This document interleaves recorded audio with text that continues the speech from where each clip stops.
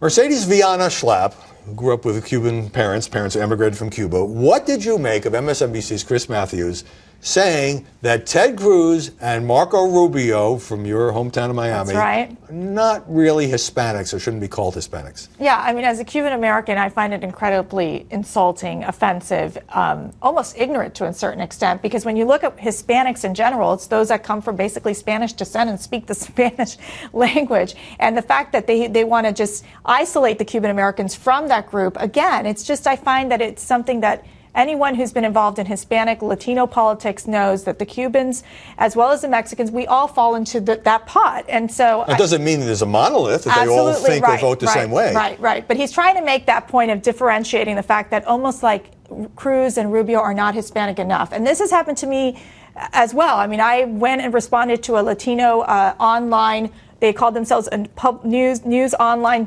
place. And guess what? They basically said that I was not brown enough.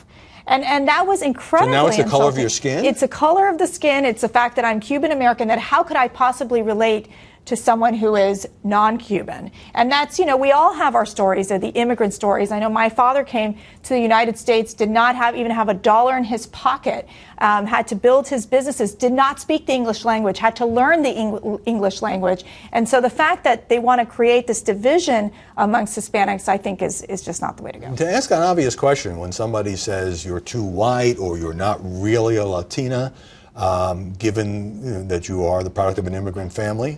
Well, and I didn't learn English till I was 6 years old, until I went to kindergarten. Could have fooled me. Well, how did that make you feel? Well, again, I thought it was it was very offensive, and I think. Do you push back? Oh, absolutely, I push back. You always make the case of, look, my parents came to the United States in search of a better life, like many immigrants have come to this country. To really say that, we're not Hispanic enough, we're not brown enough, I think that, again, it just divides our nation, our group. It's not healthy in any way. So when Chris Matthews said that perhaps Cruz and Rubio should be referred to as Cuban nationals or guys with Spanish surnames, what do you think he was trying to say?